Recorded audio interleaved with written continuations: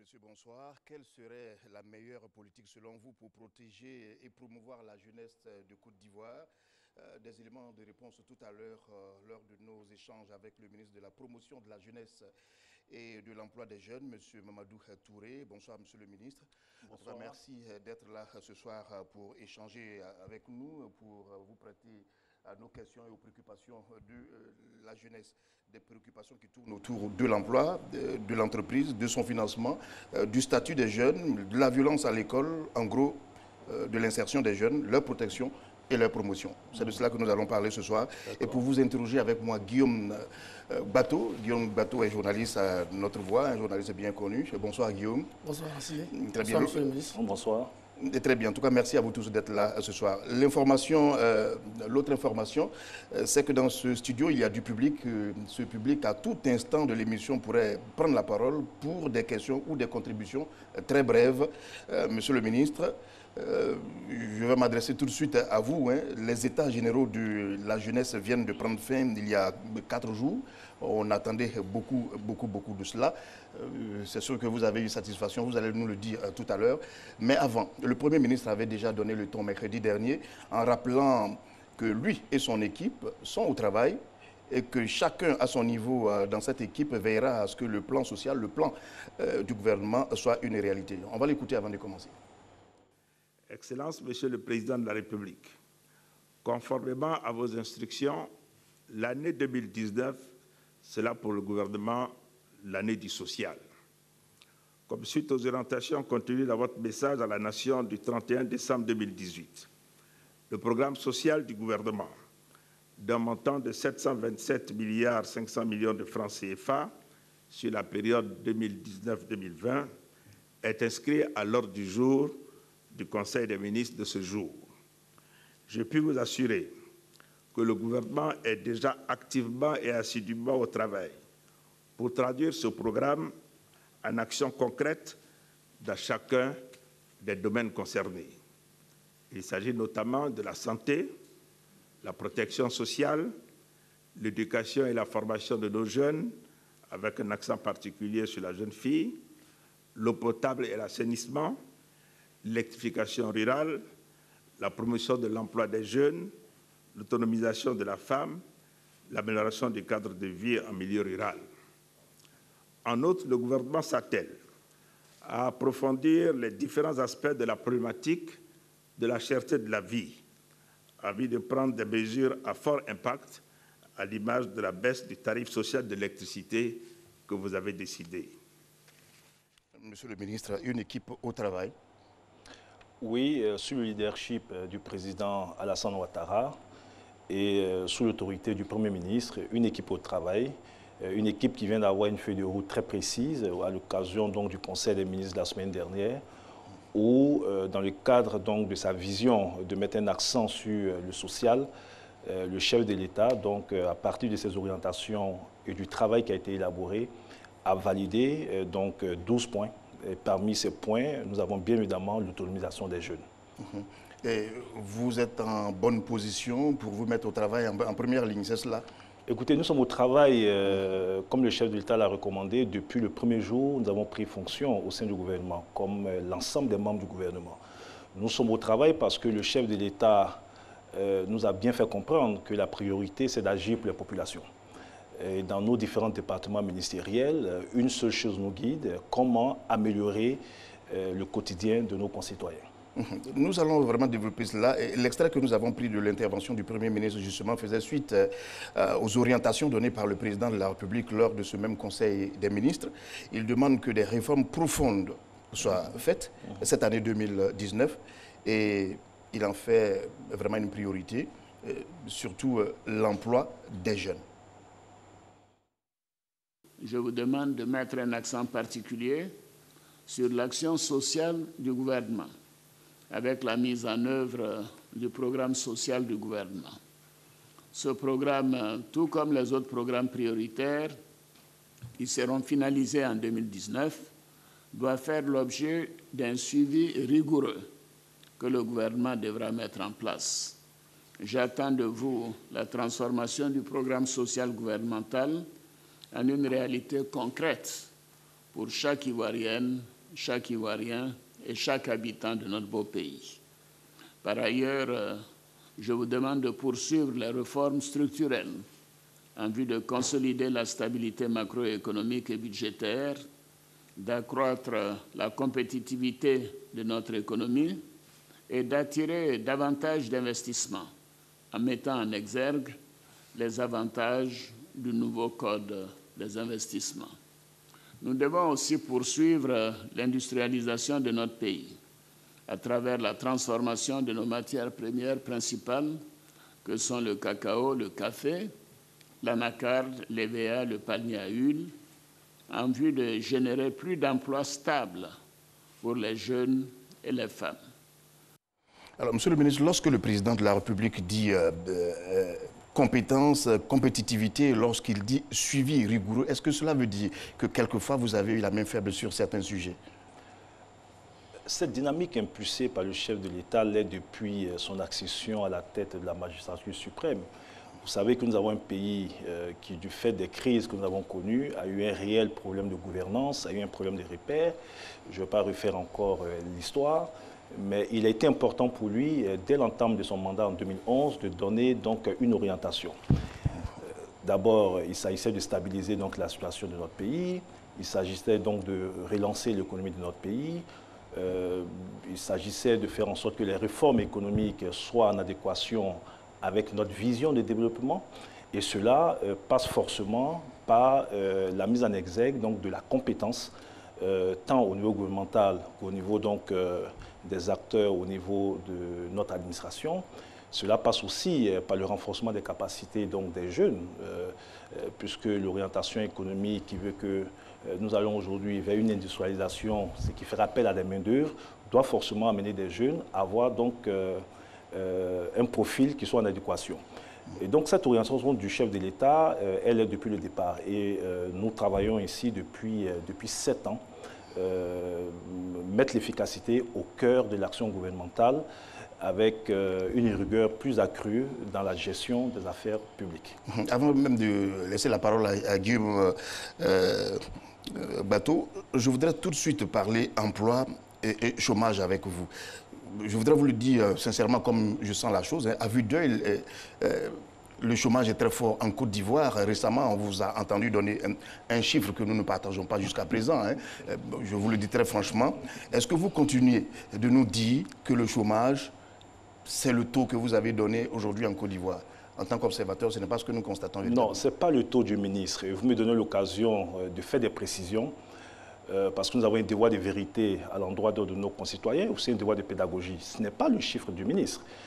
J'ai été à une conférence de presse organisée par vos confrères.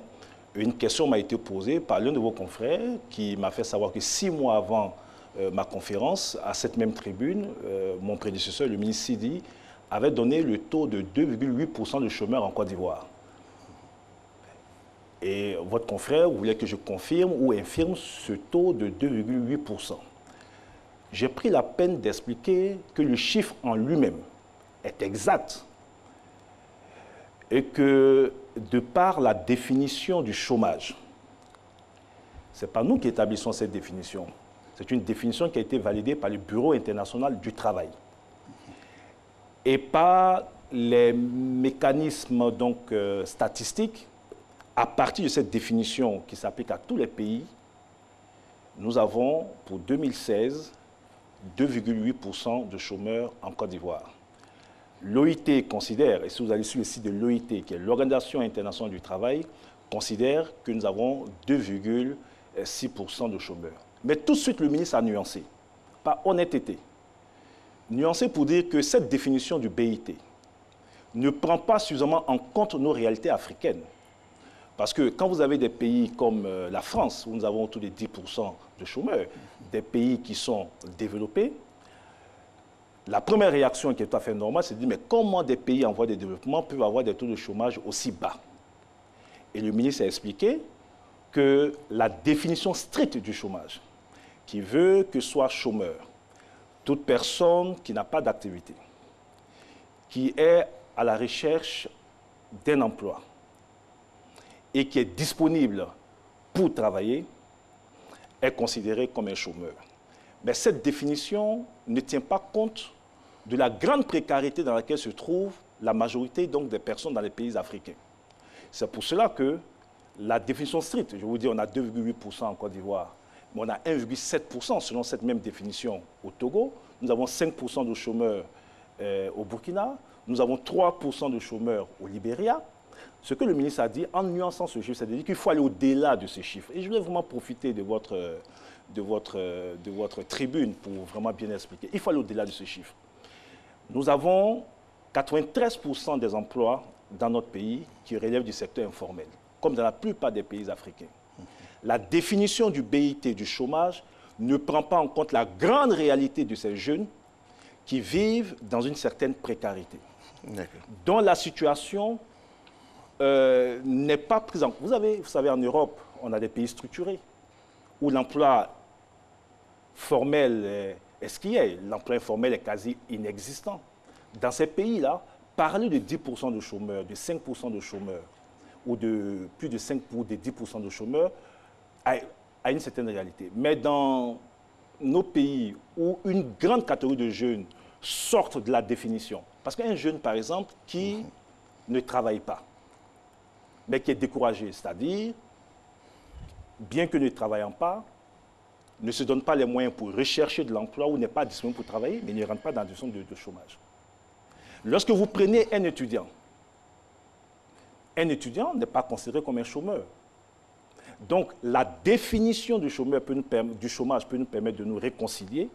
Mais ce que le gouvernement dit, c'est que cette définition au sens strict du BIT ne prend pas en compte la grande réalité qui est l'immense majorité des jeunes qui vivent dans une certaine précarité, d'où les actions ciblées pour aider ces jeunes et plus généralement cette population active à l'effet de quitter des emplois donc, informels pour aller vers des emplois formels avec la série de réformes qui a été prise au niveau du gouvernement et dont nous allons parler au cours de cette émission. Très bien. Guillaume Bateau. Monsieur le ministre, merci. Pour vous aider, alors, vous avez dit qu'il faut aller au-delà de ces chiffres. Quand vous allez au-delà de ces chiffres, quel est le chiffre de chômage en Côte d'Ivoire, en tenant compte justement... Mais ce que vous n'avez pas compris ce que j'ai dit. Non, j'ai bien compris. Vous avez dit qu'il faut aller au-delà. Je suis d'accord avec vous. J'ai dit, vous n'avez pas compris ce que j'ai dit. Le chiffre du chômage en Côte d'Ivoire, ce n'est pas nous qui le définissons. Selon les critères du BIT, est de 2,8% en 2016. Il n'y a pas d'autres chiffres de chômage en Côte d'Ivoire. À moins que vous me sortiez des éléments statistiques, d'enquête qui donnent d'autres chiffres. Ce que nous disons, c'est qu'à côté de ce chiffre, mais qui ne s'adresse pas seulement aux jeunes, vous avez près de... Le taux combiné de chômage et de sous-emploi est estimé à autour de 27%. Et nous estimons que ces 27% prennent mieux en compte la situation du sous-emploi et du chômage des jeunes en Côte d'Ivoire. Ce que nous disons, c'est que 93% de la population active dans notre pays sont dans le secteur informel, avec tout ce que cela a comme conséquence, la précarité et ainsi de suite. Voilà ce que nous disons. Monsieur, si vous permettez, Monsieur Akin Oloubade, qui est le directeur général adjoint de la BAD, a dit que selon son institution, ce taux de chômage, donc pris en compte avec la réalité de la Côte d'Ivoire, tournait entre 70 et 90%. C'est faux. C'est faux, il ne l'a jamais dit. Reprenez le rapport Perspective économique africaine. Il ne l'a jamais dit ou il n'est pas d'accord? Il ne l'a jamais dit. Je vais vous dire exactement ce qui est dit dans le document de la BAD.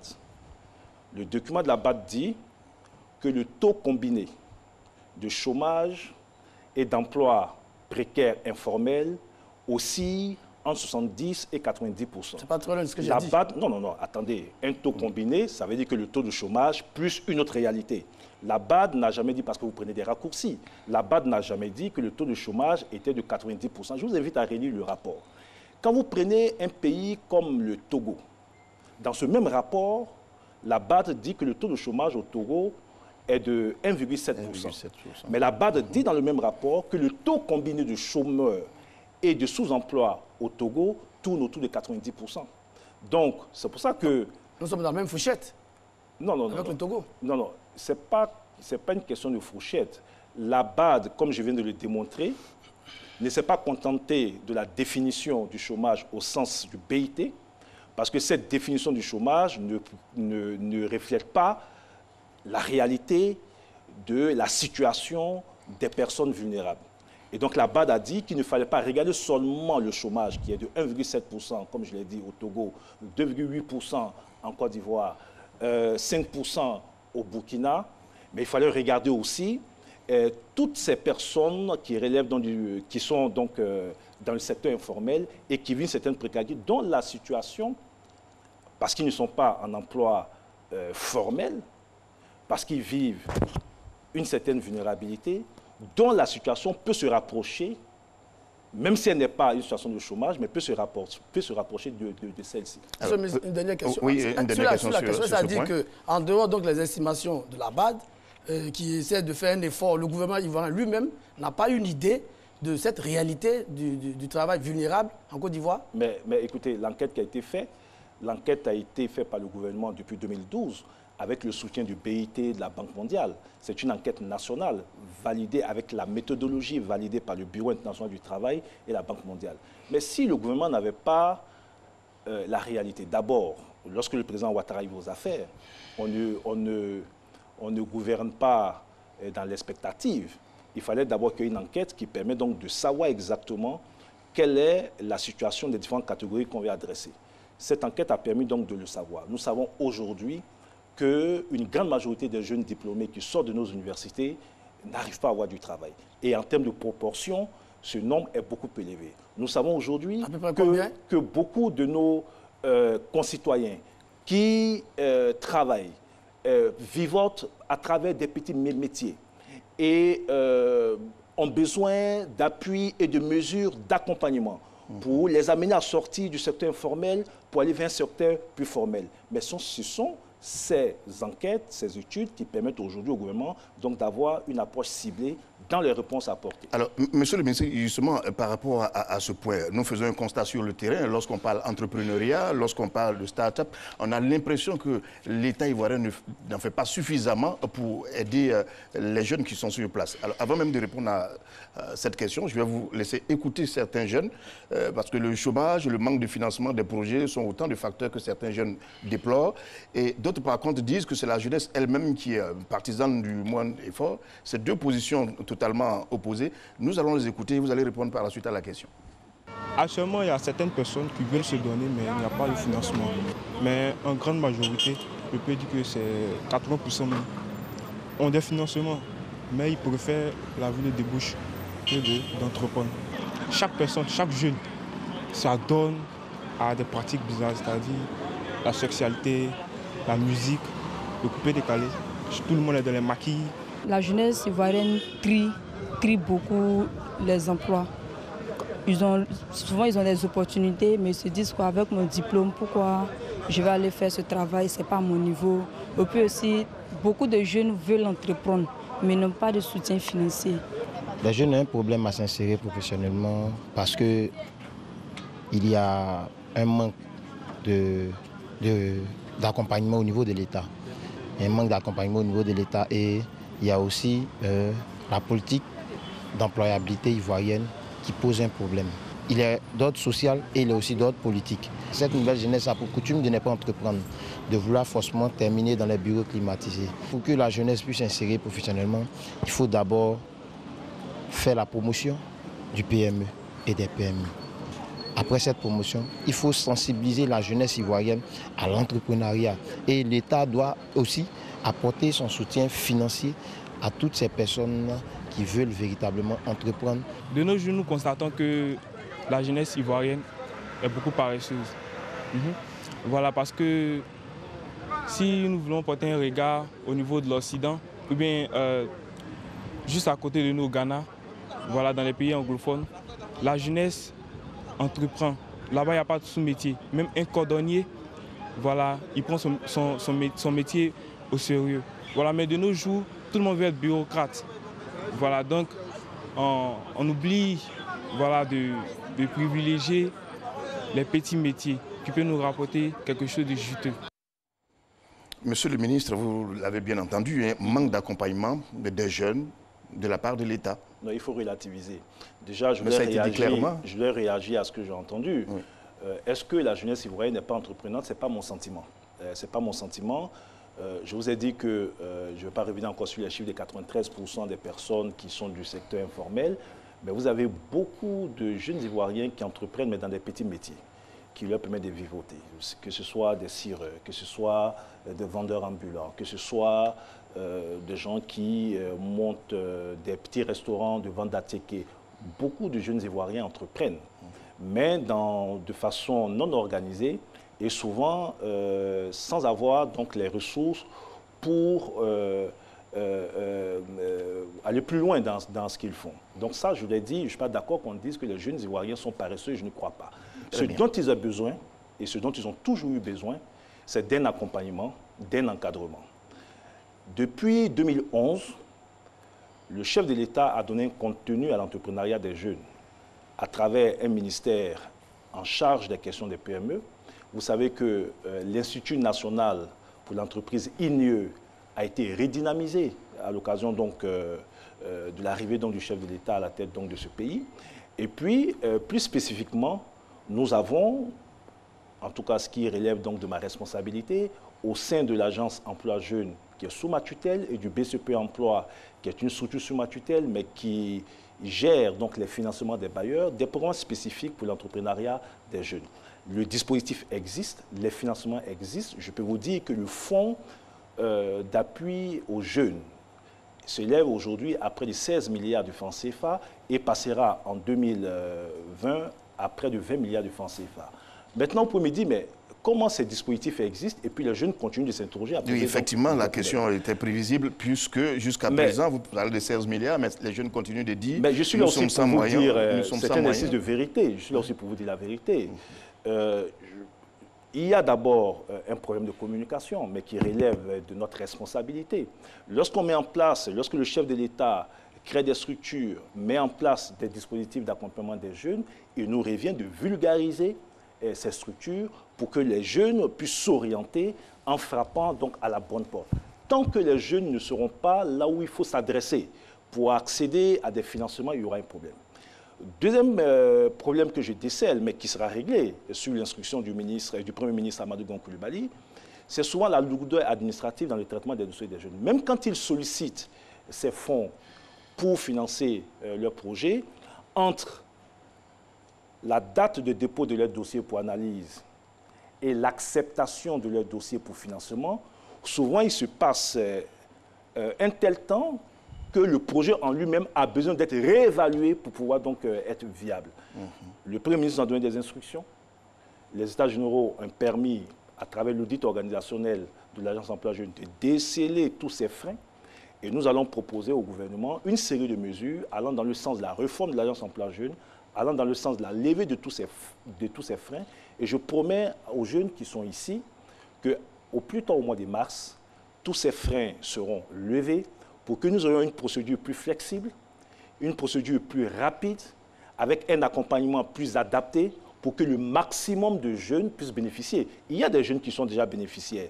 Avec le BCP Emploi, au niveau donc de la politique de l'entrepreneuriat, c'est près de 40 000 jeunes qui ont pu bénéficier déjà de différentes initiatives.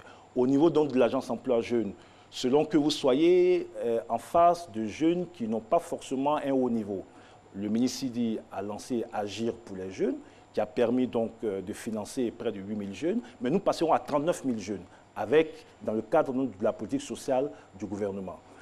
Vous avez aussi des jeunes qui ont des projets plus structurés, donc qui ont besoin d'un financement beaucoup plus important. Nous allons discuter avec les banques partenaires, notamment la BNI, qui a aussi une responsabilité dans la lenteur donc, des dossiers. Et j'ai reçu le directeur général de la BNI pour lui dire que ce n'était pas acceptable que l'État mette un fonds de garantie de près de 16 milliards et que le nombre donc, de projets qui soient financés ne soit pas en cohérence avec le niveau de sacrifice de l'État de Côte d'Ivoire. Et nous sommes accordés qu'il y a des mesures à prendre pour faire évoluer cette situation. Oui, Guillaume, deux questions. Moi, je suis vraiment curieux de savoir comment vous, avant vous, on n'a que 8 000 jeunes qui sont financés. Vous promettez de passer rapidement à 30 000. À 39 000. À 39 000. J'ai même sous-estimé, c'est-à-dire on va multiplier par presque 5. Oui. toutes les lourdeurs qui existent depuis 2011 et donc depuis tous vos prédécesseurs vont être levées en 3 mois, d'ici mars. Monsieur le ministre, j'ai envie de savoir quelle est votre méthode? C'est la méthode pratiquement Barracuda. Non, il ne faut pas non plus banaliser le débat. Non, pas du tout. En 2015, mais je vais vous dire, en 2015, le ministre Sidi a lancé le premier projet Agir pour les jeunes. 4 milliards de francs CFA qui a permis donc d'adresser 8000 jeunes. Ce que nous disons, c'est que dans le cadre donc de la politique sociale du gouvernement, à partir des ressources propres, des ressources internes au ministère, nous allons augmenter les ressources dédiées à ce fonds. Nous partirons de 4 milliards de francs CFA pour avoir à peu près la vingtaine de milliards de francs CFA. Ce sont des ressources qui existent. Je vous ai parlé du fonds de garantie qui est de 16 milliards de francs CFA. Si le Premier ministre nous l'autorise, ce fonds passera à 20 milliards l'année prochaine. Ce n'est pas encore acquis? Mais si, puisque c'est systématiquement chaque année, l'État de Côte d'Ivoire vire dans ce fonds 4 milliards de francs CFA. Donc c'est acquis. Il s'agira d'utiliser une partie de ces ressources. Au lieu d'avoir 20 milliards de francs CFA comme fonds de garantie, nous estimons qu'une bonne partie de ces ressources peut être réaffectée pour accroître les ressources qui peuvent permettre donc de financer directement des jeunes pour des activités génératives de revenus. Donc voilà, donc c'est réaliste. Cela veut dire que les fonds vont quitter la BNI pour venir à votre ministère? Je n'ai pas bien compris. Non, ce n'est pas les fonds de la BNI. Non, vous avez dit qu'ils sont logés à la BNI? Oui, mais les fonds appartiennent à l'État de Côte d'Ivoire. Pour que vous compreniez bien le mécanisme, l'État de Côte d'Ivoire met un fonds à la BNI qui est une sorte de fonds de garantie, ce qui permet à la BNI donc de prêter de l'argent à des jeunes qui veulent entreprendre. Ce que nous disons, c'est que ce fonds qui, année après année, ça croît sans être utilisé. Nous comptons garantir un minimum donc, de ressources qui peut garantir que le maximum de jeunes, si nous faisons les réformes pour faciliter l'accès au financement, puissent accéder à ce fonds. Une partie de ce fonds sera réaffectée dans le financement direct des jeunes, c'est-à-dire le projet Agir pour les jeunes a été un succès avec 8000 jeunes. Nous avons la possibilité de réaffecter une partie de ces ressources pour accroître donc, les ressources existantes qui sont les 4 milliards pour aboutir donc, dans les 2 années à 39 000 jeunes qui vont bénéficier donc, de cette opération. Très bien. Monsieur le ministre, le financement fait vraiment défaut. Jusqu'à présent, l'État de Côte d'Ivoire et les banques n'arrivent pas à trouver l'accord parfait. Cela nous pose un véritable problème. On a des taux d'intérêt très élevés et puis au plan financier, encore des mesures fiscales. On attend, ça ne vient pas.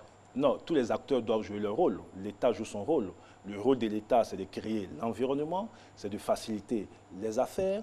Nous savons que le chef de l'État a constamment interpellé les banques sur les taux qui sont appliqués. Rien n'explique aujourd'hui que nous ayons des taux aussi élevés. Donc, il faut que chaque acteur joue son rôle. Parce que pour les réponses spécifiques adressées aux jeunes, la responsabilité de l'État, c'est de faire un effort financier. Dans une économie normale, avec un fonctionnement normal, on aurait pu demander que des Ivoiriens qui veulent entreprendre s'adressent donc à des banques qui ont les conditions de financement et lorsque ces Ivoiriens donnent un certain nombre de garanties, les banques les financent. Mais comme nous avons une cible assez spécifique, le gouvernement a bien voulu mettre en place ce fonds d'appui. Mais ça n'exonère pas les banques et je suis heureux que l'un des responsables de la Confédération des entreprises de Côte d'Ivoire soit là aujourd'hui. Ça n'exonère pas les banques et les autres acteurs de jouer pleinement leur rôle en mettant en place des dispositifs assez flexibles et surtout en faisant confiance à ceux qui veulent entreprendre. Très bien. Monsieur le ministre, nous allons nous diriger vers le public pour prendre 2-3 questions. Vous prenez le micro, vous vous présentez, vous posez votre question tout de suite, très rapidement. Oui, allez-y. Bon, je suis Landry Yassi, de la Fédération Léo Lagrange Côte d'Ivoire. Et pendant l'intervention du ministre, il a dit quelque chose qui m'a beaucoup marqué. Il a dit qu'il y avait une lourdeur au niveau de la BNI. Quand on sait que les fonds qui sont logés à la BNI appartiennent à l'État de Côte d'Ivoire, alors qu'est-ce que l'État fait concrètement pour ne plus que les jeunes à qui appartiennent ces fonds puissent être bloqués par juste des lourdeurs? La BNI n'est pas propriétaire de ce fonds. Il faut donc les restituer à l'État qui peut les utiliser à bon escient. Très bien, votre question a été entendue. Nous allons prendre quelqu'un d'autre, une autre personne juste derrière vous. Merci beaucoup. Je suis Koulibaly Ben du Foscao Côte d'Ivoire. J'aimerais savoir quelles sont les stratégies du ministre pour assurer une meilleure participation des jeunes dans les instances de prise de décision d'ici à fin 2020. Et la troisième et dernière question, et nous allons revenir sur le... Bonsoir, Monsieur le ministre. Je suis Baya Jean-Paul de l'Association des jeunes entrepreneurs de Côte d'Ivoire. Ma question est simple. Aujourd'hui, les jeunes ont décidé d'entreprendre. Et l'un des problèmes après le financement, c'est celui donc, de l'accès au marché pour les jeunes entreprises de Côte d'Ivoire, pour les jeunes entrepreneurs qui ont décidé de s'installer.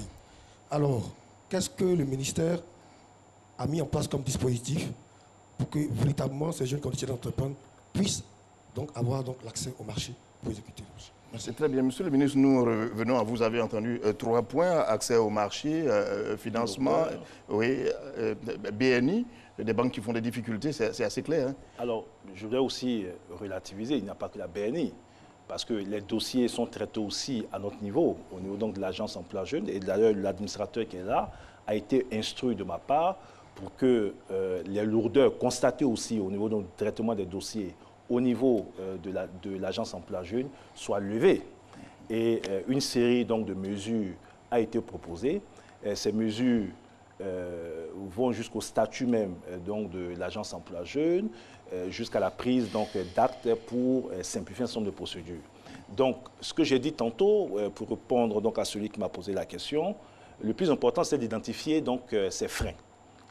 Et le plus important, c'est de mettre sur la table les différents acteurs. Donc, l'agence emploi jeune d'un côté, la BNI de l'autre côté, et nous sommes accordés.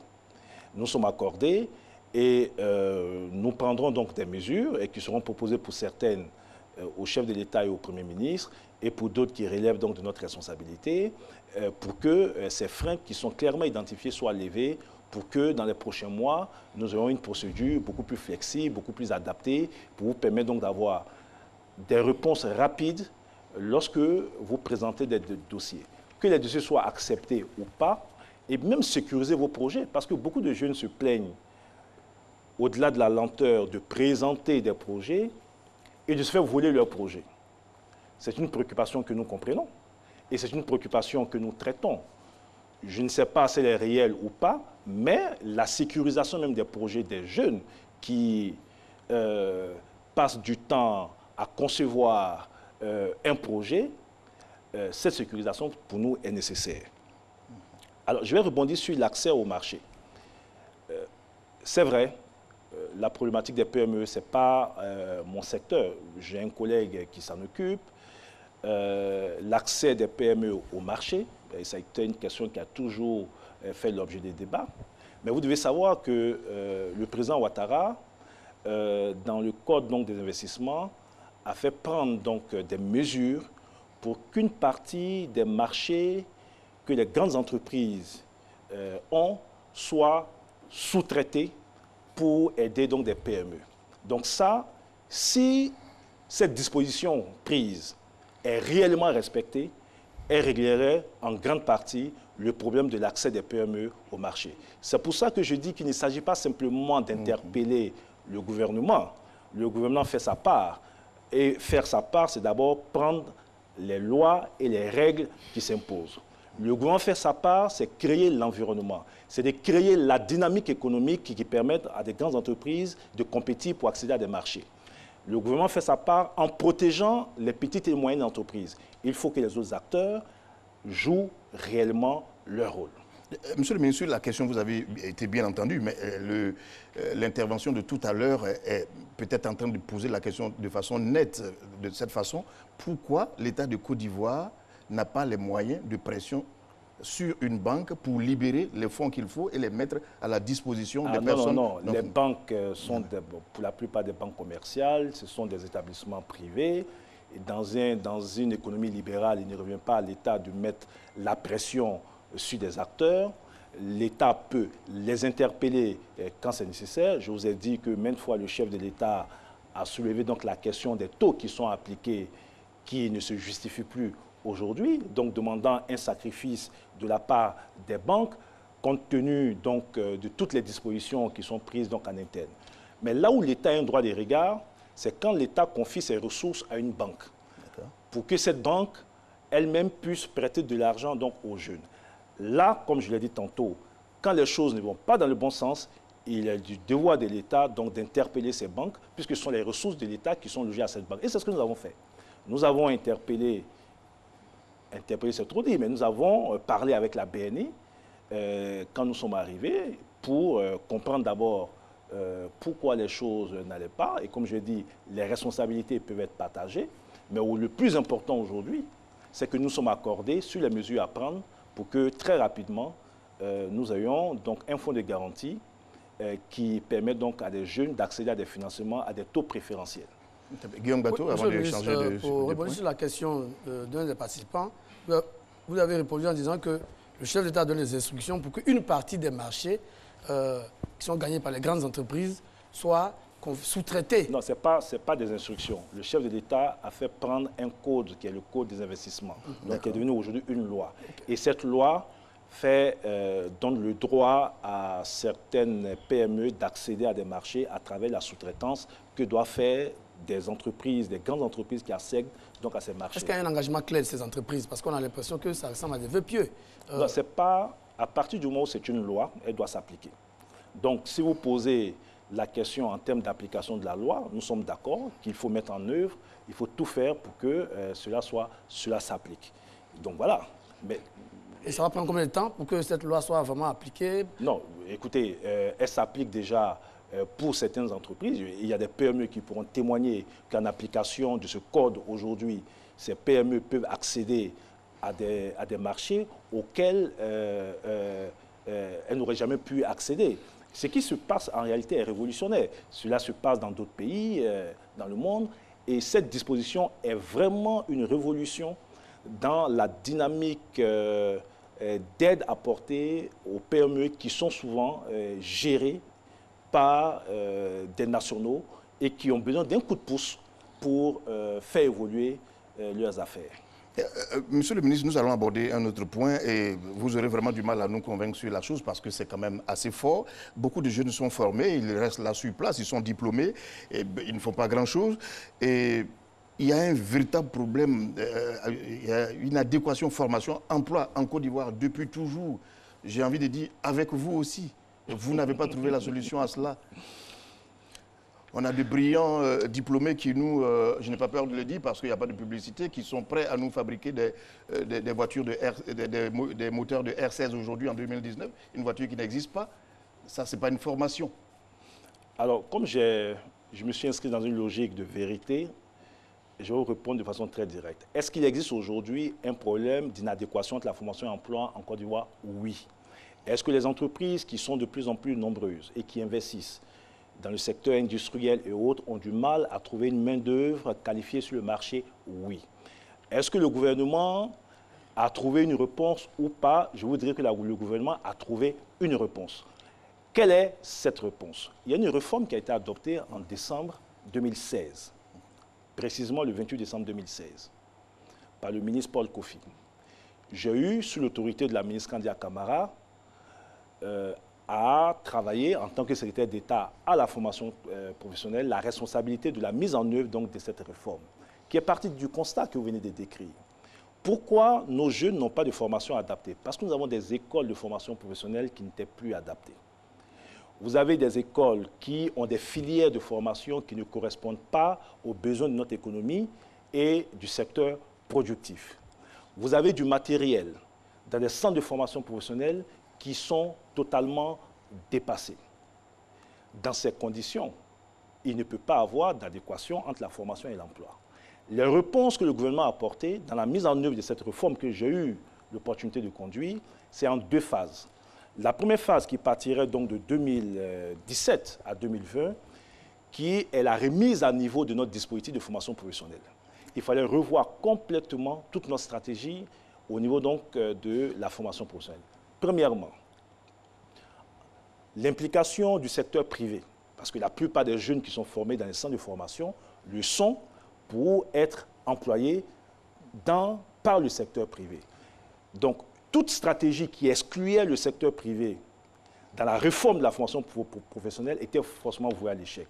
Il fallait ramener le secteur privé sur la table de discussion, ce que j'ai réussi, et j'ai un représentant du secteur privé qui est là, et avec eux, nous avons identifié, comme nous le faisons aujourd'hui pour l'emploi des jeunes, les différents freins à la mise en œuvre donc, des différentes réformes. Premièrement, un cadre paritaire a été créé, le CPP, qui permet donc au secteur privé et à l'État de se retrouver sur les questions de formation professionnelle. La gouvernance des centres de formation professionnelle a été totalement revue et Mme la ministre Kandia Camara a fait passer donc, le texte sur la gouvernance des établissements de formation professionnelle qui permet, M. Lassine Fofana, de gérer ces établissements de façon efficace et de faire en sorte que le secteur privé soit impliqué à la base. Si vous prenez une école de formation dans une localité donnée, à Mankono, et que cette école fait une formation dans le domaine de l'agricole, nous avons estimé que dans le cadre de la gouvernance de cet établissement, un comité de gestion paritaire, donc 6 représentants de l'État, 6 représentants du secteur privé, siégerait, un directeur d'école recruté après appel à candidature, un secteur privé qui avait un droit de regard sur le contenu des formations et s'assurer que ces formations sont en adéquation avec leur environnement. Donc ça, c'est la première des réformes. La seconde réforme, c'est la carte des établissements de formation professionnelle. Mais pendant longtemps, il y a une incohérence à ce niveau. Vous avez des écoles, si vous allez mettre à Mankono une école de formation professionnelle en automobile, alors que l'environnement économique à Mankono n'est pas en adéquation avec cela. Mais vous créez des jeunes qui seront obligés, soit après les formations d'être au chômage, ou de se déplacer vers un centre urbain beaucoup plus important, c'est-à-dire Abidjan ou Bouaké, pour espérer avoir donc du travail. En accord avec le Premier ministre Amadou Gon Coulibaly, nous, et sous l'autorité de la ministre Kandia Camara, nous avons revu la cartographie donc, des écoles pour faire en sorte que les écoles dans les régions se fassent en cohérence avec les réalités économiques donc, de ces régions. Le contenu des formations avec le secteur privé, ils sont là, ils pourront témoigner. Nous avons revu, donc, l'économie a été structurée autour des 13 branches professionnelles qu'eux-mêmes ont définies en disant que, bon, écoutez, voici les 13 branches professionnelles, les 13 secteurs dans lesquels nous pensons que dans les prochaines années, avec la dynamique économique en cours, nous aurons un besoin de main-d'œuvre. Donc les jeunes peuvent aussi avoir aujourd'hui, à travers ces 13 branches, les secteurs dans lesquels ils peuvent avoir une formation avec un emploi garanti. Quand ces branches professionnelles ont été définies avec le secteur privé, il nous fallait réécrire les programmes de formation. Une 50aine de programmes a été réécrit pour que justement les formations dans les centres de formation soient donc en adéquation. Et puis je vais terminer par l'équipement. Vous avez parlé de moteurs de voitures de type R4. Des voitures qui n'existent plus, voilà. Oui, dans les centres de formation, effectivement, dans ce pays, nous avions des jeunes qui étaient formés sur des équipements totalement dépassés. Ce sont près de 300 milliards de francs CFA que le chef de l'État, son Excellence Alassane Ouattara, a mobilisé dans le cadre donc, de la réforme, de la mise en œuvre de cette réforme, qui permet donc de construire aujourd'hui de nouveaux centres de formation professionnelle. Nous avons d'ici 2020 près d'une vingtaine de centres de formation qui seront construits avec du matériel de nouvelle génération. Mais lorsque vous faites un centre de formation avec du matériel de nouvelle génération, se pose la question de la capacité des formateurs eux-mêmes à utiliser donc, ce matériel pour former donc, les enfants qui doivent être formés. Un programme de remise à niveau de recyclage des formateurs a été aussi développé pour dire que toute une cohérence qui devait permettre, dans les 2-3 années à venir, à inverser la tendance au niveau donc, de la formation professionnelle. Et nous sommes d'accord que résorber la question du chômage des jeunes dans notre pays viendra essentiellement par un dispositif de formation professionnelle performant. Avant de passer la parole à Guillaume Bateau, je voudrais quand même le dire, nous sommes premier producteur mondial de cacao. Les lycées agricoles, on n'en trouve pas. Ah non, ce n'est pas vrai. Les lycées agricoles existent. Si vous vous rapprochez aujourd'hui du ministère... J'ai envie de dire qu'il devait en avoir beaucoup. Si vous vous rapprochez aujourd'hui du ministère... C'est là-bas qu'on devait mettre l'accent. Mais nous sommes d'accord, et je vais aller dans votre sens. Si vous prenez aujourd'hui le ministère de l'Agriculture, nous avons des lycées agricoles. Au niveau du ministère de la formation professionnelle dirigé par la ministre Kandia Camara, nous avons aujourd'hui des centres de formation dans les métiers agricoles qui sont en train d'être construits. Je peux vous parler de Bouna, je peux vous parler de Zouaouen. Je peux même vous dire que le centre Mohamed VI, qui a été construit à Yopougon, Pour la première fois, nous avons une filière dans la chocolaterie. La Côte d'Ivoire, premier producteur au monde de cacao, n'avait pas jusque-là des jeunes qui pouvaient donc se former dans des métiers liés au chocolat. Donc ça a été corrigé. Et tout cela procède de la vision du président Alassane Ouattara. Guillaume Gatou. Monsieur le ministre, il faut quand même avouer que 20 ans de formation à construire sur 3 ans, est-ce que vous pensez que c'est vraiment ambitieux vu l'immensité des problèmes à régler? Ah non, c'est clair qu'il n'y a pas que 20 ans de formation à construire. Pour les 3 prochaines années, y compris les centres qui ont déjà été construits, nous aurons une vingtaine. Mais quand vous regardez aujourd'hui la population des jeunes qui sont dans le système scolaire, on nous dit plus de 6 millions de personnes, et que vous regardez la population de jeunes qui sont au niveau de la formation professionnelle, nous avons autour de 150 000 jeunes. Et si vous prenez l'orientation que nous avons donnée à notre économie, qui est d'aller vers l'industrialisation à travers la transformation de nos matières premières, ce qui fera nécessairement appel à des compétences pour travailler donc en industrie. Si nous voulons inverser la tendance, nous sommes obligés donc d'avoir cette politique. Je vous ai dit, et vous me permettez peut-être de compléter, que cette stratégie était en 2 phases, la remise à niveau qui partait donc de 2017 à 2020, et puis la vulgarisation de la formation professionnelle en Côte d'Ivoire à partir donc de 2020. Jusqu'à quand? 2020 à quand? Ben, à partir de 2020. Il faut qu'à partir de 2020, et ça, ça doit être, cette vision du chef de l'État doit être soutenue par tous, je parle du secteur privé, de tous les acteurs, il faut qu'à partir de 2020, nous puissions inverser la tendance avec beaucoup plus de jeunes qui vont dans les centres de formation. Vous savez que des pays comme la Suisse, avec qui nous avons pu signer un partenariat sur 7 ans en termes d'accompagnement, 2/3 des enfants, dès la classe de 6e, sont orientés dans les centres de formation professionnelle. Des pays comme l'Allemagne, donc ces 2 pays leaders en Europe qui ont moins de problèmes de chômage, sont des pays qui ont pris l'option de la formation professionnelle. Je suis heureux aujourd'hui que cette réforme soit conduite par la ministre Kandia Camara, et je vous dis qu'après 2020, si nous... Il n'y a pas un deadline précis, c'est pour tous les optimistes, parce qu'à partir de 2020, ça peut aller jusqu'à 2050. Non. Je vous ai dit, arrêtez de banaliser le débat. Non, monsieur le ministre, je vous ai dit vous n'avez pas donné de délai. Non. Je vous ai dit que nous avons une phase de remise à niveau du dispositif de formation professionnelle qui part de 2017 à 2020. Vous savez pourquoi on a fait ça? Non. Parce que toutes les réformes qui sont entreprises, la gouvernance des établissements, ce qui est nouveau dans notre pays, aura besoin d'une évaluation au bout des 3 ans. Au bout des 3 ans, il nous faut évaluer toutes les options qui ont été prises. Et après cette évaluation, nous pourrions généraliser. D'ailleurs, c'est 8 établissements de formation professionnelle qui sont en phase pilote, mais pour généraliser à la 60aine d'établissements de formation professionnelle, il faut bien que nous fassions un bilan et à partir de là, prendre une option. Et l'option qui est en adéquation avec l'orientation économique, la Côte d'Ivoire serait un pays qui tend vers l'industrialisation, ce qui fera appel donc à des entreprises pour transformer les matières premières. Et pour anticiper, il nous faut avoir des centres de formation qui préparent déjà ces jeunes-là à répondre aux besoins des entreprises quand ces entreprises vont commencer. Donc, quand vous avez dit tout ça, vous ne nous dites pas combien de temps que ça va prendre. Ça veut dire que si on n'est pas optimiste, on est bien obligé de constater... Attendez, je vous dis, au risque de me répéter, que de maintenant à 2020... Le gouvernement n'a pas un calendrier clair après 2020. Mais si, le calendrier du gouvernement est clair. Vous savez, l'État, c'est une continuité. Je vois un peu ce que vous trotte à l'esprit. Non. Le gouvernement a un calendrier. Je dis tout ce que je pense. Le gouvernement dit que la réforme qui a été adoptée en 2016, cette réforme dans sa phase pilote, avec l'ensemble des mesures qui sont en train d'être prises, le sera dans une phase pilote jusqu'en 2020.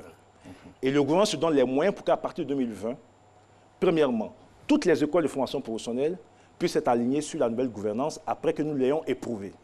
Deuxièmement, que nous ayons une orientation au niveau de notre stratégie éducative, de telle sorte qu'on ait moins d'enfants qui soient orientés dans les filières générales, mais beaucoup plus d'enfants qui soient orientés dans les filières professionnelles. Ça, ce n'est pas une question de calendrier. Je vous dis que ça se fait à partir de 2020. Alors, monsieur le ministre, lorsque moi je vous écoute, vous avez pris des exemples sur certains pays asiatiques où très tôt les enfants sont dirigés vers certaines formations. J'ai regardé certains de vos documents, il y a eu beaucoup de propositions, mais je ne vous vois jamais partir vers la spécialisation. Je ne vous vois pas non plus en train de choisir une première formation, une formation initiale pointue, mais vous parlez de reconversion, souvent. Non. Pas de spécialisation. Non. L'État, c'est un tout. Déjà, vous me permettez d'expliquer. le ministère de la promotion de la jeunesse et de l'emploi des jeunes n'est pas le seul ministère qui concourt au renforcement des capacités des jeunes et à la création de l'emploi. Bien sûr, je fais allusion à ce qui vous revient. Bon, donc il faut que vous compreniez, parce que même si des choses ne nous reviennent pas et que ces choses sont faites par d'autres ministères, tout cela concourt à une stratégie donc, de l'État de Côte d'Ivoire. Donc, sur la question spécifique dont vous avez parlé, nous avons au sein de l'agence un programme de reconversion de certains jeunes. Des jeunes qui ont pu faire des formations dans des filières générales à l'université, et qui ont du mal à avoir un emploi. Nous avons un dispositif d'accompagnement de ces jeunes pour que ces jeunes apprennent d'autres métiers et soient tout de suite opérationnels. Mais à côté de ce dispositif du ministère de la promotion de la jeunesse, je vous dis que le ministère de la formation professionnelle est en train de régler le problème donc, de filières de formation. Je vous ai parlé d'une cinquantaine de programmes qui ont été écrits en cohérence avec les 13 branches professionnelles arrêtées de commun accord entre l'État et le secteur privé, de telle sorte que les formations dans nos centres soient pointues en adéquation avec les besoins du secteur productif. Je ne sais pas si j'ai été... Très bien. Merci. D'accord, ce point nous l'avons compris. Nous allons aborder la deuxième partie de cette émission. Nous allons parler maintenant de la protection et la promotion des jeunes. Autre péril vraiment, l'immigration clandestine. De nombreuses personnes, en majorité des jeunes, se lancent dans cette aventure en investissant de fortes sommes au péril de leur vie. Pourquoi, monsieur le ministre, vous n'arrivez pas à les retenir sur place? On le saura tout à l'heure. Et même ceux qui restent sur place ici en Côte d'Ivoire, ça donne à la drogue, à l'alcool, à beaucoup de choses que nous ne conseillons pas. Nous allons écouter quelques-uns d'entre eux avant de continuer. Au niveau scolaire, il faut le dire, il y a le phénomène de la drogue, vraiment qui est vraiment imminent. Il y a ce qu'on appelle l'effet de mode, où pour un élève, quand il arrive en classe, ses amis te demandent mais tu as pris tel comprimé, tu as pris combien, ça commence à ser un défi. Et vraiment, l'élève dépend du comprimé. Et vraiment, il pose des actes même, ou même il peut même taper, même porter main à son professeur sans s'en rendre compte. Parce que quoi, il se dope. Ce qu'il faut faire, il faut vraiment d'abord, il faut valoriser d'abord notre école. Le problème de violence en milieu scolaire universitaire est réel. Il y a des causes institutionnelles et il y a des causes qui tirent leurs racines du manque d'encadrement des enfants dès la cellule familiale. Parce qu'on dit l'école parfaite l'éducation. Il y a le problème infrastructurel qui fait que les enfants, à l'école déjà, ils décident de se battre pour avoir les meilleures places. Parce que ce soit dans nos écoles, nos lycées ou les universités, il y a des efforts considérables qui sont faits de la part de l'État, mais ces efforts n'arrivent pas jusqu'à aujourd'hui à satisfaire effectivement la junte apprenante. Donc il y a ce fait-là qui explique un peu certaines bousculades qui arrivent souvent aux échanges de propos violents et souvent les étudiants et les élèves arrivent aux mains. Ça, cette première violence, je la qualifie intergroupe entre élèves, mais souvent, et entre élèves et étudiants, mais souvent, il y a des comportements sur l'espace qui font qu'il y a des élèves qui arrivent à porter main à leurs enseignants.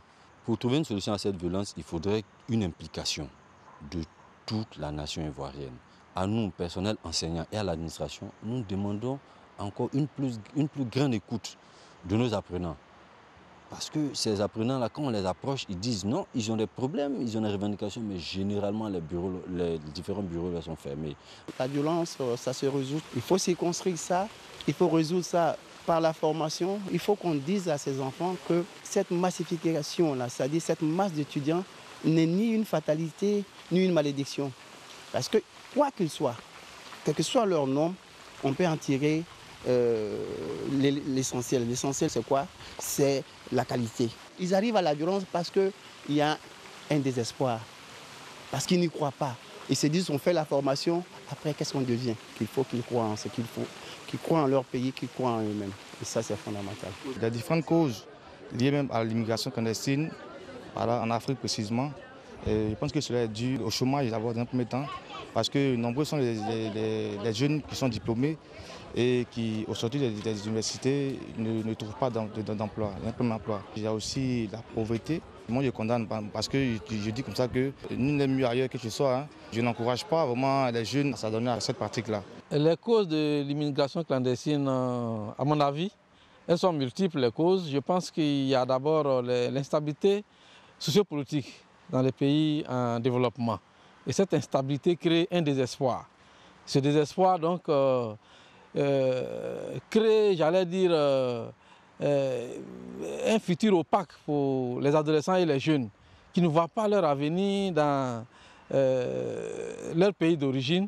Et donc, ce désespoir-là les motive à vouloir aller ailleurs pour chercher des solutions afin de participer vraiment au développement, j'allais dire, du monde. Aujourd'hui, quand on parle des élections en Afrique, tout le monde est déjà désespéré. Déjà en Côte d'Ivoire, quand on parle de 2020, tout le monde dit que ça va chauffer, ça va chauffer. Donc tout ça, ça crée le désespoir, la peur et puis les gens s'en vont. Donc comme solution, il faut pouvoir stabiliser socialement, économiquement et politiquement nos États. En 2015, j'étais gérant d'une société coopérative dans la région de la Maraoué, plus précisément à Kononfla. J'étais gérant, je touchais en son temps 50 000 francs. C'était quand même difficile pour moi de répondre aux besoins de ma famille. Donc comme ça, j'ai rêvé un jour me retrouver en Europe, avoir un travail décent et de pouvoir répondre aux besoins de ma famille.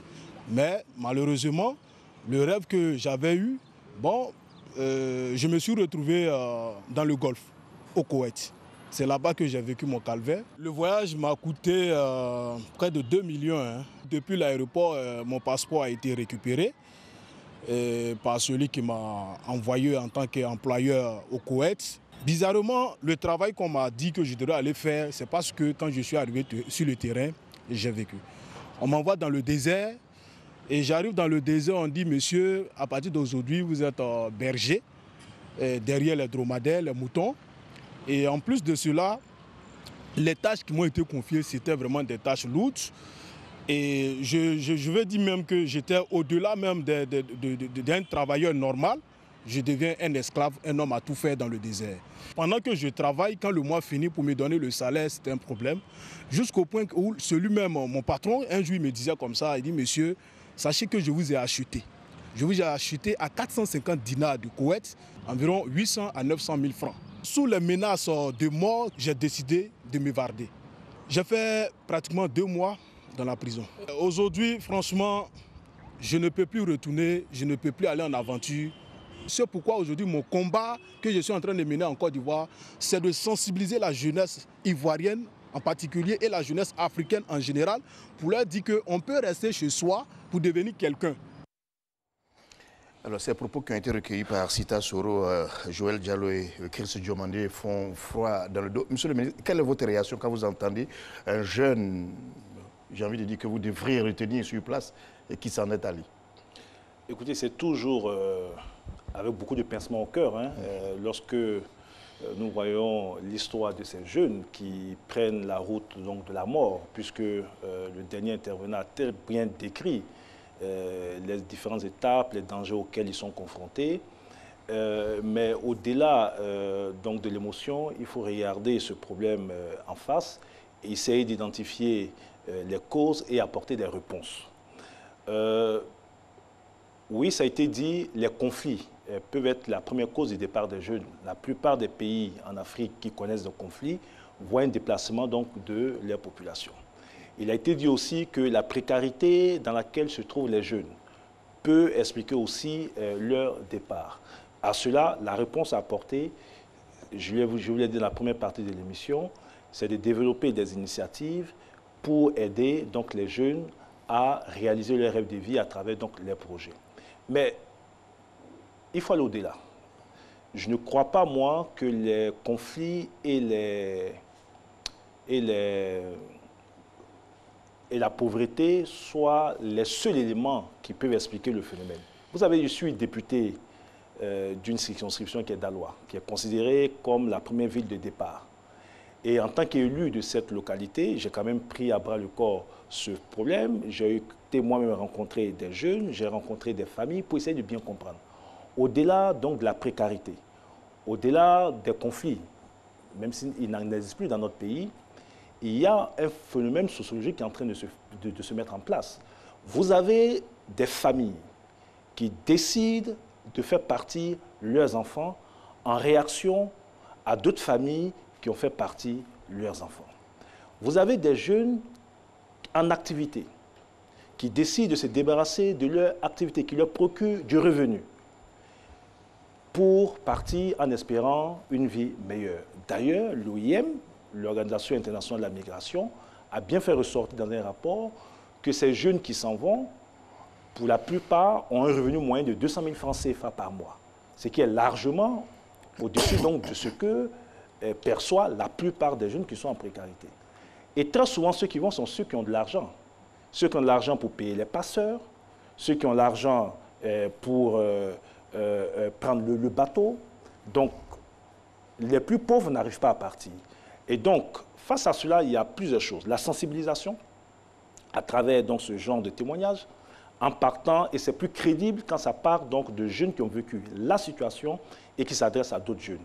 Je serais intéressé à rencontrer ce jeune homme pour concevoir avec lui, dans le cadre donc, des activités de mon ministère, un programme autour de lui et d'autres jeunes qui ont vécu cette situation en rapport avec le ministère de l'Intégration africaine pour que ce ne soit pas seulement nous qui allons parler aux jeunes et qui, très souvent, à leurs yeux, n'avons pas de crédibilité puisqu'ils considèrent que nous avons déjà une situation, mais prendre plutôt des jeunes qui sont de leur situation, qui ont eu certaines expériences et qui peuvent leur parler. La sensibilisation. Ensuite, il faut la sanction. Et là, le ministère de l'Intérieur a permis aujourd'hui de faire échec à plusieurs filières d'exploitation de ces jeunes, mais c'est une lutte sans merci qu'il faut contre tous ces réseaux mafieux qui exploitent l'espoir de familles, qui exploitent le rêve de certains jeunes en les conduisant donc dans des chemins sans leur dire toute la vérité. Enfin, nous sommes d'accord, il faut que l'État accentue ces initiatives et c'est ce que nous allons faire. Et c'est ce que nous allons faire pour que des jeunes qui ont un besoin d'accompagnement, soit dans le cadre de la mise en œuvre d'un projet ou d'un emploi, puissent trouver des réponses dans leur pays. Et c'est sur la base de cette instruction que nous sommes en train donc d'accentuer, d'où le chiffre que je vous ai donné, parce que c'est vrai qu'il y a 39 000 jeunes qui vont bénéficier du projet de Agir pour les jeunes, mais dans le cadre du plan social du gouvernement, c'est près de 103 000 jeunes et jeunes filles qui vont bénéficier donc de ce programme. J'espère que dans ce lot de jeunes, nous pourrons traiter beaucoup de jeunes qui sont en ce. Donc voici, on ne peut pas traiter une cause ou apporter une solution sans tenir compte des autres solutions. Sensibilisation, sanctions contre les filières clandestines et amplification des initiatives en faveur des jeunes pour leur insertion ou leur trouver un emploi. Monsieur le ministre, je ne suis pas tout de suite d'accord avec vous lorsque vous dites que ce sont ceux qui ont des moyens qui s'en vont, ce sont les plus pauvres qui s'en vont. Je vais vous poser une question qu'on ne pose pas à la télévision. Est-ce que vous n'êtes pas le fautif, vous les politiques? Non. Surtout que vous nous dites que vous êtes député d'une région qui est reconnue comme étant un véritable point de départ de ces personnes-là. Je voudrais quand même rectifier, ne me faites pas dire ce que je n'ai pas dit.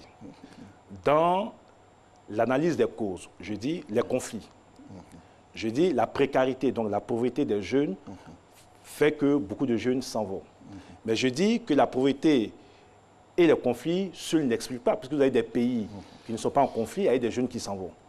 Vous avez la pauvreté seule n'explique pas, parce que vous avez des jeunes qui ont des activités, qui vendent leur effet de commerce et vont à l'aventure. Donc je n'ai pas dit que c'est les plus riches qui s'en vont forcément. J'ai dit qu'un rapport de l'OIM fait sortir que la moyenne de ressources que gagnaient la plupart des jeunes qui vont est de 200 000 francs CFA. Est-ce que vous savez qu'il faut 500 000 francs CFA? Et souvent, les rapports européens le disent, souvent entre 7 000 et 10 000 euros payés à des filières clandestines pour permettre à des jeunes d'aller en Europe. Mais 10 000 euros de la signature finance, ça fait 6 500 000 francs.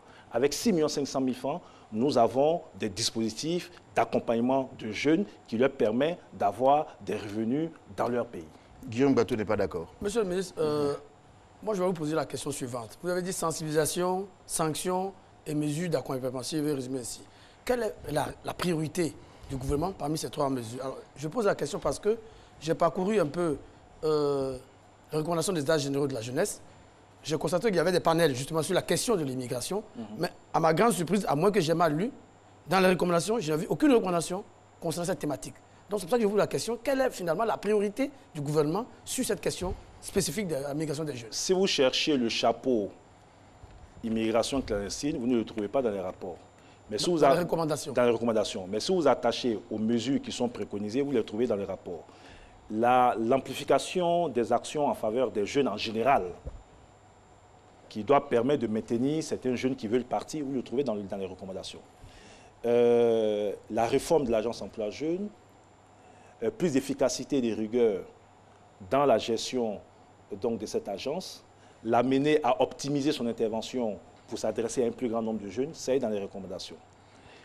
Quelle est la priorité entre la sensibilisation, les sanctions et les réponses apportées? Mais les trois sont prioritaires. Parce que vous faites face à une situation où vous devez apporter une réponse aux trois questions. C'est-à-dire que vous avez des jeunes qui pensent encore que leur avenir, c'est de partir. Ceux-là, il faut les sensibiliser, comme le jeune vient de le faire. Vous avez des filières clandestines qui, contre ressources, qui amènent souvent des familles à vendre tous leurs biens. Il faut déceler ces filières et les sanctionner comme c'est fait. Mais en même temps, il faut que l'État continue d'accroître son offre d'emploi pour les jeunes. Donc, ce sont trois priorités qui se feront en même temps.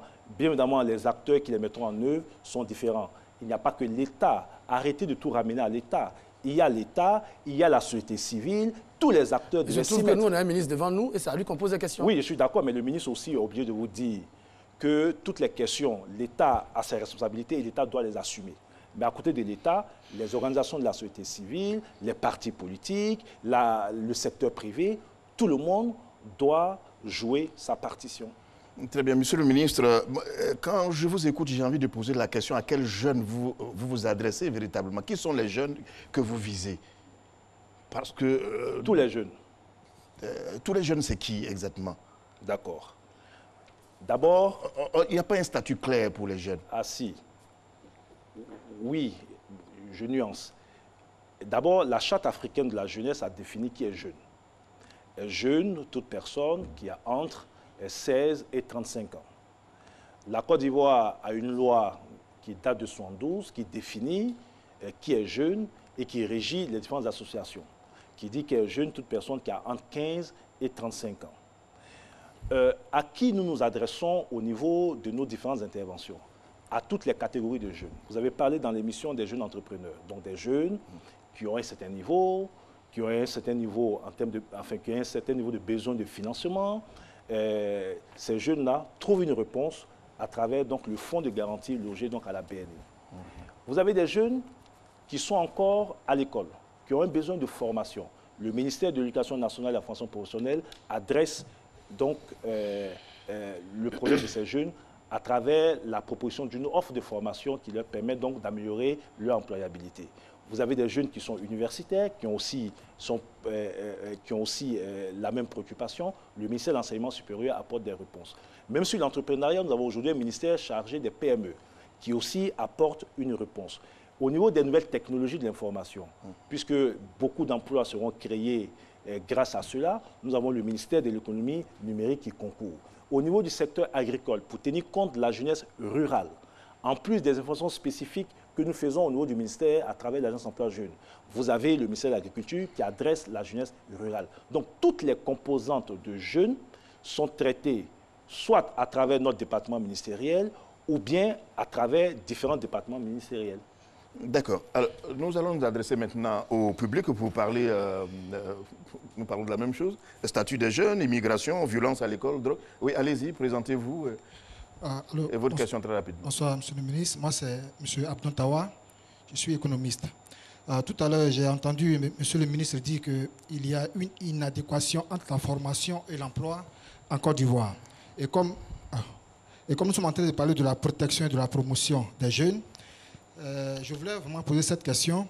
Quand j'ai entendu le chiffre de 93% des populations qui sont dans le secteur des emplois, dans le secteur informel, je crois que, est-ce que ce n'est pas l'échec de l'État de ne pas pouvoir organiser ce secteur comme il se doit, ce secteur qui absorbe la presque totalité des jeunes qui...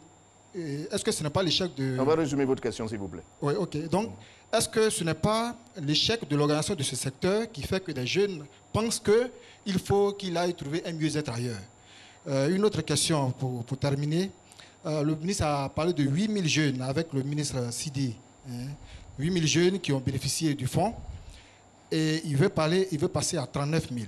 Est-ce qu'il y a d'abord un suivi sérieux de ceux qui ont été bénéficiaires avant de passer à ce chiffre qui, pour ma part, est vraiment très, très important?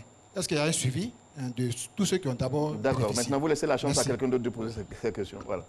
Allez-y. Bonsoir, Monsieur le ministre. Sarah Kofi, membre du réseau ivoirien des diplômés de la diaspora.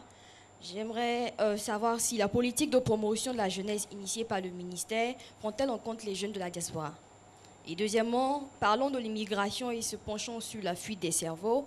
Quelle est la politique du ministère concernant l'insertion socio-professionnelle des jeunes diplômés de la diaspora? Merci. Une dernière question. Allez-y. Bonsoir, Monsieur le ministre. Moi, c'est Blaise Nanan, ingénieur et chef d'entreprise. Alors, ma question va concerner la thématique immigration clandestine. Vous savez, tout à l'heure, il a dit que c'est lorsque... Enfin, ce sont les jeunes avant de partir, vendent leur fonds de commerce et partent. Et je pense que quand on parle d'immigration clandestine, ce sont des personnes qui, dépourvues ou alors qui ont tout essayé dans leur propre pays, que ça n'a rien donné, et qui décident donc d'aller pour un mieux-être ailleurs.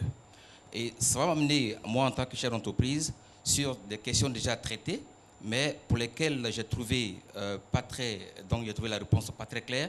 C'est qu'il a dit que il y a une loi, il y a une disposition légale qui fait obligation donc aux grandes entreprises de céder des marchés aux petites entreprises en sous-traitance.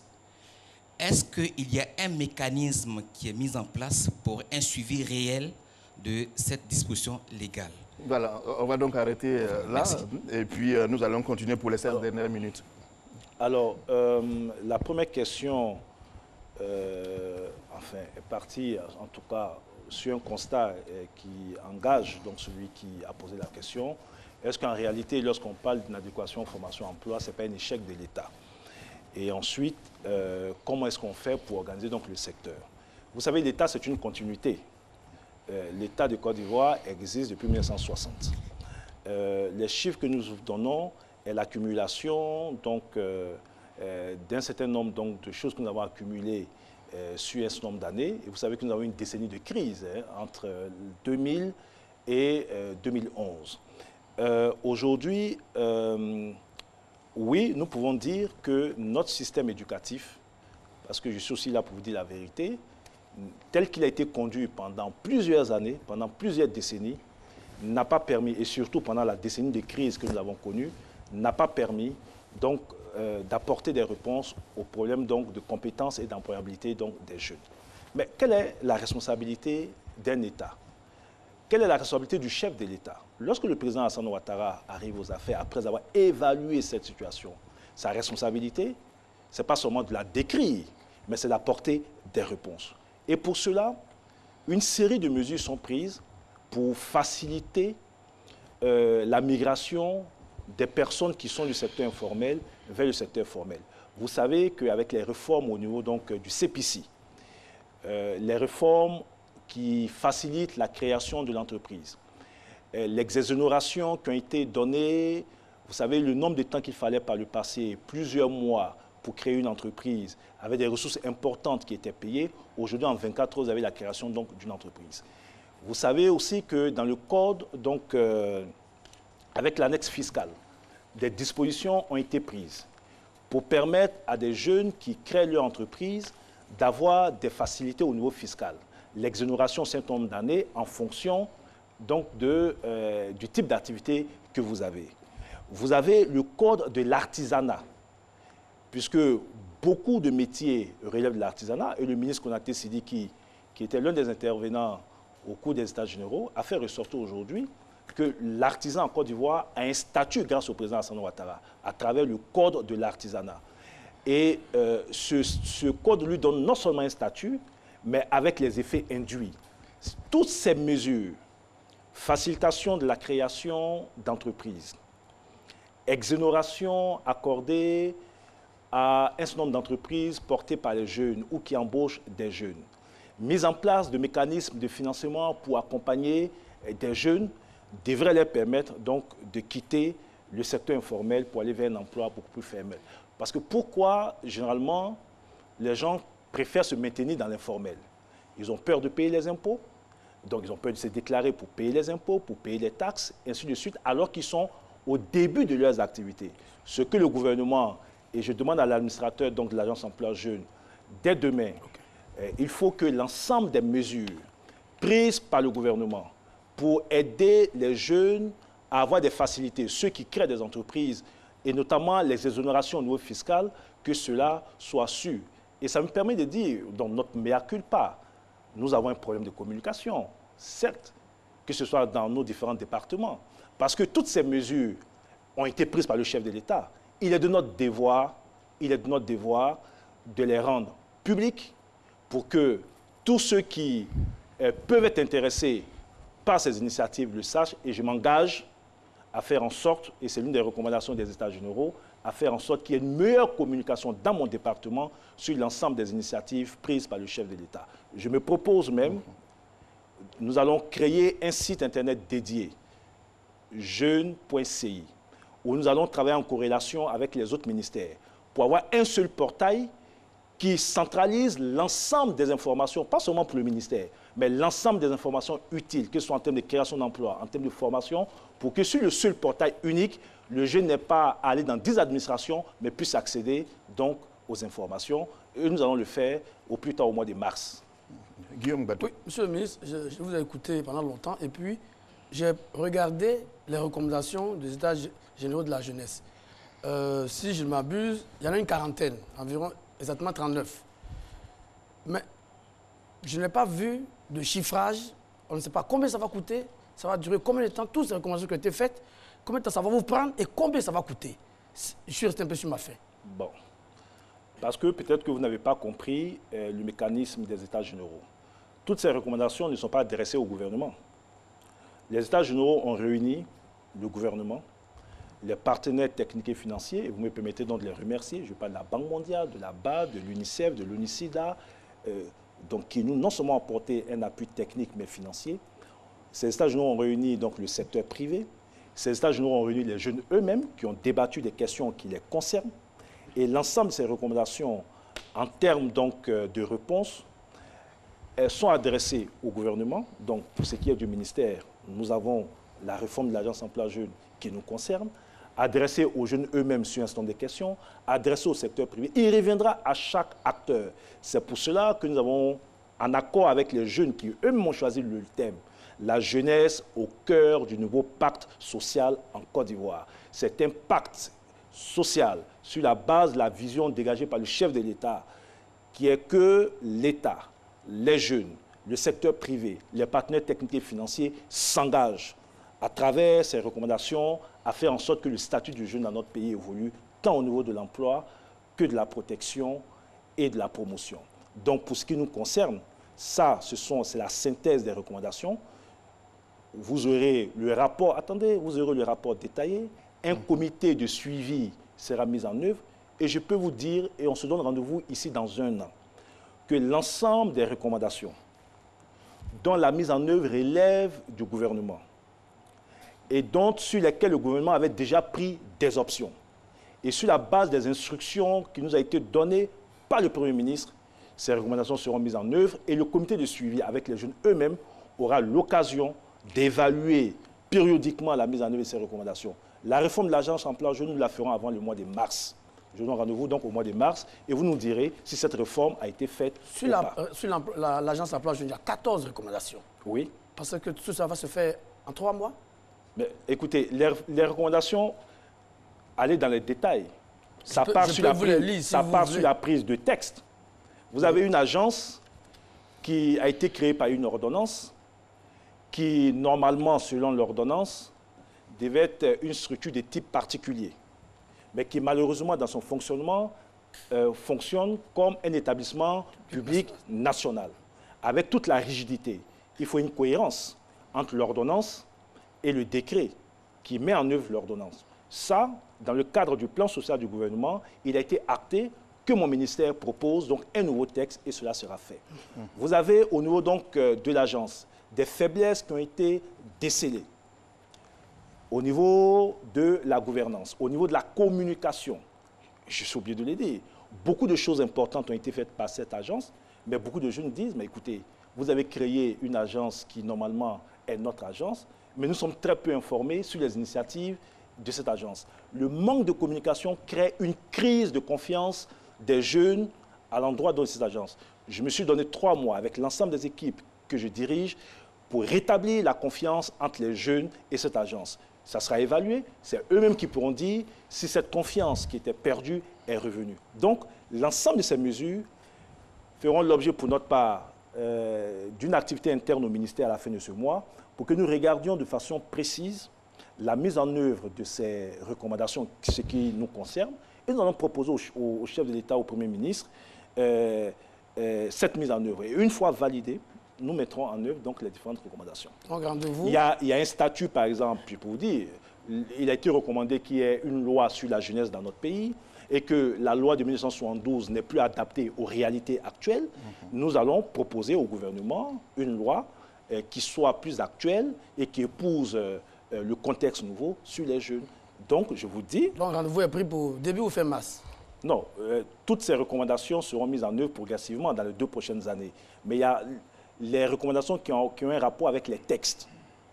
Nous ferons en sorte qu'au plus tard au mois de mars, ces textes soient proposés au gouvernement ou le processus d'élaboration de ces textes qui doivent se faire de façon inclusive. Je n'entends pas travailler de façon solitaire. Pour ces états généraux, vous avez la forte mobilisation de tous les ministères sectoriels. Les questions de jeunesse sont des questions transversales. Et donc, dans l'approche que nous avons, c'est de faire en sorte que l'ensemble des ministères sectoriels, le secteur privé, les PTF soient impliqués dans le processus. Donc, je peux acter, si vous le concédez, de vous avoir comme membre du comité de suivi des recommandations donc, des États généraux, ce qui vous permettra donc de faire votre travail d'évaluation et de critique. En tout cas, considérez que c'est déjà fait. Et sachez que le rendez-vous le plus ferme, ce sera que le 15 janvier 2020, vous avez promis, dans 1 an, vous serez sur ce plateau. Monsieur le ministre, nous avons parlé insertion, emploi des jeunes, protection et promotion des jeunes. 90 minutes, ça passait très vite. Pour terminer, quelle est la conclusion que vous pourriez tirer aujourd'hui pour que des jeunes qui vous suivent à la télévision puissent dire « Nous pensons qu'après cette émission, nos problèmes seront réglés ». Je ne pense pas que l'émission, en elle seule, à moins de faire preuve de démagogie, règle tous les problèmes des jeunes. Mais je pense que l'émission, et je voudrais vous saluer le directeur général de la RTI, nous offre l'opportunité de donner une visibilité sur les actions que le gouvernement compte mener dans les prochains mois pour régler les problèmes des jeunes.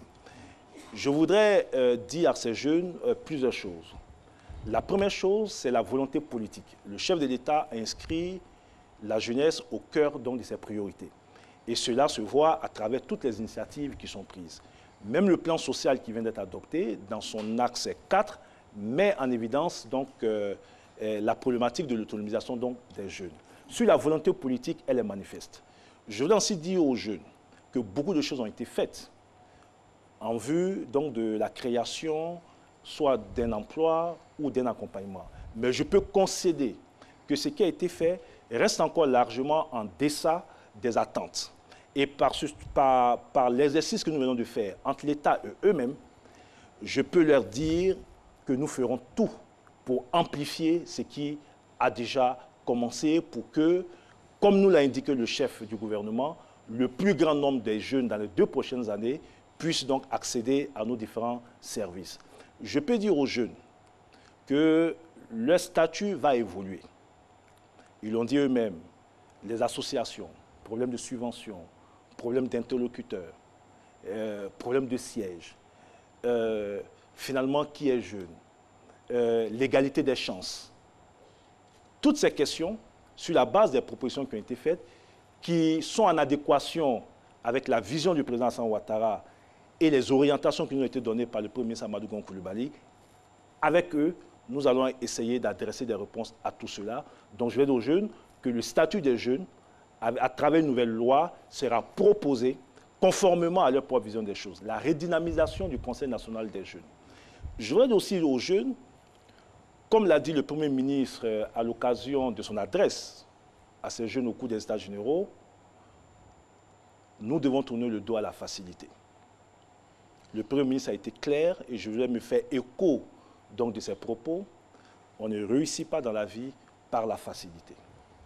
Et donc, l'État fera sa part. Il lui revient aussi de tout mettre en œuvre pour saisir les différentes opportunités que l'État va développer pour eux. Et il y a une question, la Cine, qui me... Je reviens personnellement au cœur si je partais de cette émission sans en parler. Le phénomène de la drogue qui est en train de prendre de l'importance au niveau, dans certains milieux jeunes. Cela pourrait mettre en péril, quelle que soit la dynamique économique, et nous savons que nous avons une bonne dynamique économique, des investissements importants, j'ai parlé de près de 300 milliards dans le secteur de la formation professionnelle pour améliorer l'employabilité des jeunes à travers des politiques d'apprentissage et autres. Je vous parle des mesures spécifiques pour les accompagner. Si nous n'avons pas une jeunesse saine, tous ces investissements ne serviront à rien.